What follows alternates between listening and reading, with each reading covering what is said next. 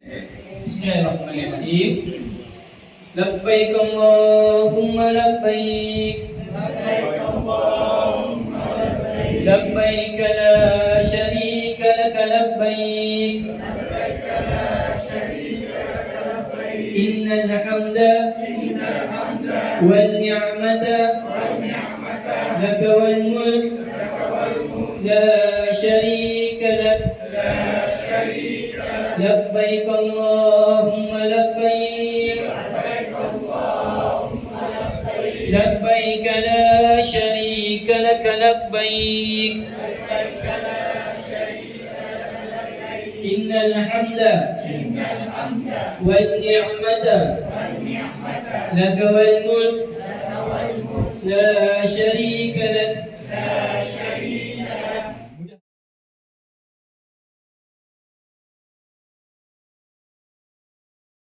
Kita jemaah Malaysia, kita akan masuk daripada pintu King Abdul Aziz sikit, faham? Ataupun Al-Malik Abdul Aziz Al-Bab. Okey, maksudnya pintu King Abdul Aziz itu pintu main entrance, ya, yang mana pintu tu sertentang dengan menara jam. Siapa yang masuk daripada pintu itu, maka bila masuk dari pintu masjid, dia mesti kena turun eskalator dulu, ya. Dia turun eskalator, barulah dia nampak Kaabah, ya. Dan dia turun di bahagian mana? Dia turun eskalator tu betul-betul dia turun di antara rukun Yamani dan rukun Hajarul Aswad. Ya, jadi perjalanan di antara satu penjuru ke satu penjuru agak panjang, tuan-tuan. Lebih kurang dalam seminit 2 minit lah, ya. Lebih kurang macam tu, ataupun ikut juga langkah kita. Kalau waktu tu tengah crowded, memang kita akan ambil 5 minit, ya, daripada satu sudut ke satu sudut, ya. Jadi bila mana kita dah masuk ke pintu masjid, kita membaca doa Allahumma ighfirli dhunubi waftahli abwaaba rahmatik, ya. Kemudian kita dah nampak Kaabah, maka kita bacakan doa, lihat Kaabah dan sebagainya. Maka tuan-tuan, bila mana sampai sahaja kita di antara rukun Yamani dan rukun Hajarul Aswad, kita pun boleh kenal pasti tengok Kaabah, tengok rukun Yamani, dan kita pun menghadap dengan mengiringan kiri kita ke arah Kaabah, faham?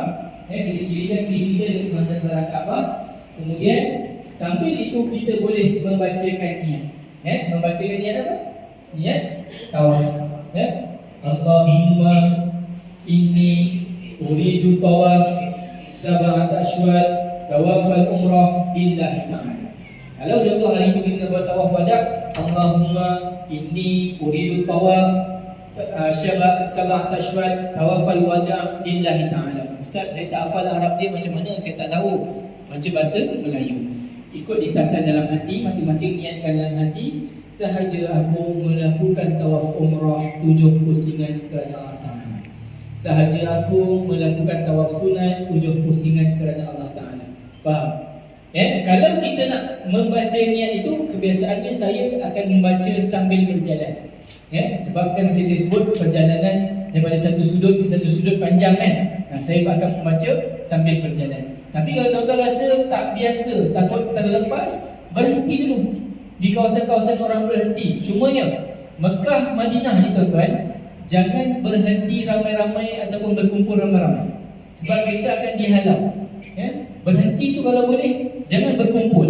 Berhenti seorang sikit-sikit macam itulah, asing-asing sikit sambil membaca Allahumma inni uridu tawaf sab'at ashwat tawafal umrah lillahi ta'ala. Boleh? Lepas tu dah yakin, lepas tu kita berjalan. Sambil berjalan, maka bermulalah kita, bahu kita ini sertentang dengan Hajarul Aswad. Yang lelaki, wanita semua sertentang dengan Hajarul Aswad. Maka bila mana sertentang Hajarul Aswad, kita disunatkan istilam. Tadi ada yang tanya istilam, kan? Istilam macam mana? Istilam adalah kita melambai ke arah Hajarul Aswad. Melambai bukan lambai macam ni. Itu nak lambai angkat kita. Kita lambai dengan macam ni. Cukup kita mengangkat tangan kita sambil baca Bismillahi Allahu Akbar walillahil hamd. Lambai macam ni adalah yang lelaki. Yang wanita lambai macam mana? Macam ni. Bismillahi Allahu Akbar walillahil hamd. Ketika melambaikan itu, tak perlu pun dia nak sampai macam ni, tak perlu. Dada tu gerak tak? Dada dia kena straight. Kaabah ni macam ni. Sebab kita, dada dan bahu kita mesti dalam keadaan yang tetap macam ni je, tuan-tuan. Tak boleh macam ni. Kita macam contoh kita nak elak orang, kita masuk macam ni, tak boleh. Ataupun kita nak elak orang, kita patahkan sini, tak boleh. Itu semua menjadikan pusingan tersebut batal. Faham? Maka disebabkan itu, apabila kita melakukan istilam ke Hajarul Aswad, cukup sekadar kita sahaja yang menoleh, kita je yang memandang, tanpa bahu itu dan dada kita digerakkan sekali. Faham? Sambil baca Bismillah, Allahu Akbar, Allahu Akbar, walillahil hamd. Faham? Kemudian buat apa? Pucuk tangan kita. Faham? Kita pucuk tangan kita. Kemudian kita teruskan dengan membaca doa. Bacalah doa, Allahumma ghfirli zunubi wali walidayya warhamhuma kama rabbayani saghira. Ataupun doa apa? Allahumma ighfir lil muslimina wal muslimat wal mu'minina wal mu'minat. Terpulang pada masing-masing. Kemudian sampailah kita di rukun yamani. Faham? Rukun yamani yang mana? Kedua yang rukun yang terakhir. Sekali lagi disunatkan kepada kita istilam rukun yamani. Bismillahirrahmanirrahim, Allahu Akbar, walillahil hamd. Kemudian pucuk tak? Tak perlu pucuk tangan di rukun yamani. Faham? Cuma dia tuan-tuan sekalian, apabila mana kita telah melepasi rukun yamani, disunatkan kita untuk membaca doa yang khusus. Apa dia doanya? Rabbana atina fid dunya hasanah wa fil akhirati hasanah wa qina adzabannar. Okey? Kalau hafal yang panjang, sambung lagi. Wa adkhilnal jannata ma'al abrar ya aziz ya ghaffar ya rabbal alamin. Kalau tak hafal yang panjang, cukup baca Rabbana atina fid dunya hasanah wa fil akhirati hasanah wa qina adzabannar. Sambung lagi, Rabbana atina fid dunya hasanah wa fil akhirati hasanah wa qina adzabannar. Faham? Maka selesai kita pusingan yang pertama tadi, kita akan melalui pula pusingan yang kedua. Sekali lagi, Bismillahirrahmanirrahim, Allahu Akbar, Allahu Akbar, Allahu Akbar, walillahil hamd. Buat apa? Pucuk. Kemudian pusingan ni kita nak baca apa? Zikir. La ilaha illallah, la ilaha illallah. Nak lagu boleh? La ilaha illallah, la ilaha illallah. Ataupun kita dengar Mutawif Indon baca Rabbana, kita pun Rabbana atina fid dunya. Kadang-kadang saya baca pun jemaah daripada Iraq, Turki follow saya. Rabbana atina fid dunya hasanah. Betul tuan-tuan, bila sampai di sana dia punya situasi itu berbeza. Kita dah tak ada kau negara lain, aku negara lain, tak ada. Kita akan bercampur. Okey? Kemudian sampai dah kita di rukun yang mani tadi, Bismillahirrahmanirrahim, Allahu Akbar, Allahu Akbar, walillahil hamd. Rabbana atina fid dunya hasanah wa fil akhirati hasanah wa qina adzabannar. Faham? Kemudian masuklah pusingan yang ketujuh. Contoh saya pun istilam sekali lagi. Bismillahirrahmanirrahim, Allahu Akbar, Allahu Akbar, walillahil hamd. Lepas tu saya baca doa. Doa apa lagi? Doa apa? Doa pribadi. Doa apa? Doa, ya Allah, rezekikanlah kepada Mercedes. Aku teringin nak pakai, ya Allah. Janganlah spesifik ke arah keduniaan. Yang boleh kalau kita doa pribadi, tuan-tuan, doa kepada kebaikan dunia dan akhirat. Kalau lah dalam kita ni ada yang penyakit, ada yang masalah dengan anak bini, masalah dengan keluarga, minta je. Kalau dalam hidup kita dulu ada wasiat dekat mak ayah kita, minta je. Ya Allah, aku dulu hidup, aku banyak wasiat kepada mak ayahku, ya Allah. Aku mohon dengan berkat Engkau, dengan kemuliaan tempat Engkau, ampunkan ya Allah. Inilah waktu tuan-tuan. Sebab dalam kita sujud solat kita boleh berdoa bahasa Melayu di dalam hati saja. Tetapi dalam ibadah tawaf, kita berdoa apa sahaja, Allah akan makbulkan. Pernah satu ketika di dalam kitab Mukasyafatul Qulub, saya boleh kongsi kepada jemaah semua, ada satu orang lelaki budak muda yang melaksanakan tawaf. Dia buat tawaf haji. Dia buat tawaf haji, tapi bacaannya bukan doa. Dia baca Allahumma sholli ala sayyidina Muhammad, Allahumma sholli ala sayyidina Muhammad, Allahumma sholli ala sayyidina Muhammad. Dan di sebelah orang yang muda ini yang melakukan tawaf ini, yang lelaki ini merupakan Syekh Sufyan Al-Thawri. Tuan-tuan kalau pernah buka kitab-kitab akan ada dengar nama Syekh Sufyan Al-Thawri ini, merupakan seorang yang alim, memang orang alim ulama. Jadi Sufyan Al-Thawri ini dia rasa tak senang dengan bacaan yang lelaki muda ni. asyik baca selawat, kenapa tak baca doa yang Nabi ajarkan? Kenapa tak baca doa yang macam doa-doa yang dalam buku-buku panduan dan sebagainya?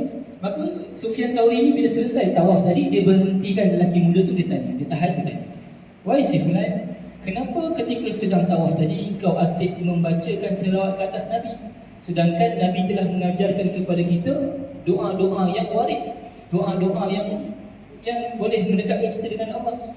Maka si pemuda ni pun tanya, tuan-tuan, siapa? Dia tanyalah dengan dia, siapakah ni? Lepas tu Sufyan Sauri pun kenalkan diri dia. Maka lelaki muda ni pun terkejutlah bahawa orang itu adalah merupakan orang yang alim. Ya? Maka lelaki muda ni pun bercerita, sebenarnya lelaki muda ni dalam perjalanan untuk melaksanakan haji dengan ayahnya. Dia nak buat haji ni, nak buat tawaf haji ni dan haji ni semua dengan ayahnya. Tetapi dalam perjalanan, tibalah di satu kampung, ayahnya jatuh sakit, nazak, kemudian meninggal dunia dalam keadaan yang tidak baik. Ya, dalam keadaan mukanya jadi hitam dan sebagainya. Maka bila minta bantuan penduduk kampung, orang kampung menolak. Jadi si pemuda ni dalam keadaan sedih, dalam keadaan letih, dia memohon ampun dekat Allah, istighfar dekat Allah bersebelahan jenazah ayahnya, sehinggalah dia tertidur. Tuan-tuan, ketika dia sedang tertidur, datang satu orang lelaki dalam mimpinya. Dalam mimpi tersebut, dia dengan jenazah ayahnya. Lelaki itu mukanya putih berseri-seri. Ke jenazah lelaki ini, jenazah ayahnya dengan buat 3 lurutan. Lurut daripada muka hingga ke kaki pertama, lurut ke muka kedua, kaki kedua, hingga lurutan yang ketiga sehingga ke kaki. Jenazah ayahnya di dalam mimpi tersebut menjadi putih berseri-seri, seperti orang meninggal dalam keadaan yang sempurna. Maka lelaki ini terkejut situasi tersebut. Maka lelaki yang membuat lurutan tadi itu nak berlalu pergi, si fulan yang muda ni peluk kaki yang orang yang buat lurutan itu dan bertanya, siapakah tuan yang menyebabkan jenazah ayah saya meninggal dalam keadaan begini sempurna? Maka tuan-tuan, ketahuilah apabila dipusing lelaki itu, maka lelaki kata apa? Sesungguhnya akulah Rasulullah SAW. Ketika hidup, ayah kau banyak melakukan maksiat dan dosa tetapi tak pernah meninggalkan selawat. Hari ini aku tak memberi syafaat kepada dia sebagai tuan kepada orang yang sentiasa bersyafaat. Tuan-tuan, lelaki yang muda tadi, anak dia terkejut dengarkan perkara tersebut. Mimpi itu, bermimpi dengan Nabi, dia terjaga daripada tidur. Dan terjaga, memang jenazah ayahnya meninggal dalam keadaan yang sempurna, putih dan berseri-seri. Maka waktu itu cepat-cepat dia memohon orang kampung untuk ditanamkan jenazah ayahnya. Barulah orang kampung nak tolong, barulah dia terus melakukan ibadah haji. Faham? Jadi sebabkan itulah tuan-tuan sekalian, Sufyan Sauri kata apa? Bermula hari ini, barang siapa yang berzikir dengan berselawat ke atas Nabi, aku tidak akan tolak selawatnya, kerana dia mendapat syafaat Nabi SAW. Cuba bayangkan, kita ni nak ziarah Nabi ni, nak ziarah Nabi SAW, berapa kali kita berselawat sehari, tuan-tuan? Ni dekat anak-anak ni, dekat isteri, berapa kali lah kita kenalkan Nabi, macam mana fizikal Nabi, siapa Nabi dan sebagainya. Ya? Jadi nak katanya, apabila kita melaksanakan tawaf, nak baca doa ikut hati kita boleh, nak baca selawat ke atas Nabi boleh, nak baca doa apa-apa pun boleh. Faham? Baik. Ada soalan lagi buat masa ni? Ya. Ada orang kirim-kirim doa. Okey. Jadi masa bila kita yang nak baca doa yang orang kirim-kirim? Boleh ketika tawaf boleh, ketika selepas solat boleh. Berapa maksudnya? Tak kisah sama. Tak kisah. Dia macam ni. Bila once kita bertawaf sahaja, terbuka pada kita untuk berdoa apa-apa. Tetapi kena ingat, doa yang paling utama adalah doa untuk siapa?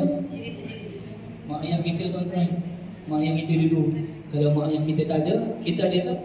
Tak ada. Sebab tu saya cakap, tipulah kalau sepanjang umur hidup kita, kita tak pernah buat salah dekat mak ayah, betul? Inilah waktunya kita doakan mereka. Kemudian doa diri kita, sambung sampaikan doa orang.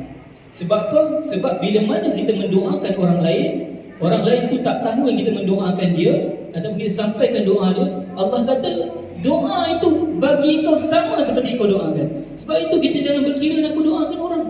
Tuan-tuan, kita nampak kawan kita kaya, kita nak marahkan dia untuk apa? Kita cakap, ya Allah, bagilah dia lebih kekayaan. Mereka cakap apa? Seperti mana dia doa, ya Allah, berikan seperti mana dia doa. Tuan-tuan, nampak tak? Ya? Sebab itu kita boleh bacakan bila-bila, terpulang pada masa waktu. Ataupun lepas solat, sunat tawaf. Ya Allah, kawan aku sekian dia memohon untuk sampai kat sini, dia tak pernah sampai. Ya Allah, sampaikan dia, ya Allah, sampaikan dia, ya Allah. Allah akan sampaikan kita seperti mana kita minta kepada Allah supaya sampaikan kepada kita. Boleh? Macam tu juga dengan ada yang menyampaikan salam. Betul? Menyampaikan salam kepada Nabi SAW pun boleh. Assalamualaikum ya Rasulullah, Assalamualaikum ya Nabi Allah. Takkan kita kena belajar bahasa Arab dulu, kan? Sebahagian ulama menyatakan dengan berselawat ke atas Nabi juga merupakan salah satu salam kepada Nabi. Jadi tuan-tuan boleh berselawat ke atas Nabi waktu berziarah makam Nabi, dan aku sampaikan salam kepada si fulan bin Fulan ke atasmu ya Rasulullah. Macam tu. Okey. Adapun ada yang bertanya tadi, Ustaz, macam mana saya nak buat badan umrah untuk mak ayah? Okey. Jadi badan umrah untuk mak ayah macam ni. Kalaulah ketika hidup mak ayahnya tak pernah buat haji dan juga umrah, maka barulah boleh buat badan. Badan haji, badan umrah, orang itu mestilah dah meninggal dunia, tak boleh hidup. Faham? Satu. Dan yang kedua, dia mesti tak pernah melakukan umrah dan tak pernah melakukan haji. Faham? Okey. Jadi umrah yang pertama buat diri dulu, sebab kita kena selesaikan yang wajib untuk kita dulu. Faham? Macam tu juga dengan haji. Nak buat badan haji untuk arwah mak ayah nanti, kena pastikan orang yang nak buat yang hajikan mak ayah kita tu dah pergi haji. Kalau dia tak pernah pergi haji, tak sah haji badal tu. Faham? Dan badan umrahnya mesti satu umrah satu nama. Kalau kita nak buat mak ayah, umrah yang kedua buat mak, umrah yang ketiga buat ayah. Faham? Kita tak boleh hari ni nak buat badan untuk mak ayah, kita sekali niatkan, tak boleh. Kalau nak sekali niatkan macam tu adalah untuk pahala. Pahala boleh, sebab kalau mereka dah pernah buat dulu dan kita niatkan pahala, tak ada masalah. Faham? Jadi macam mana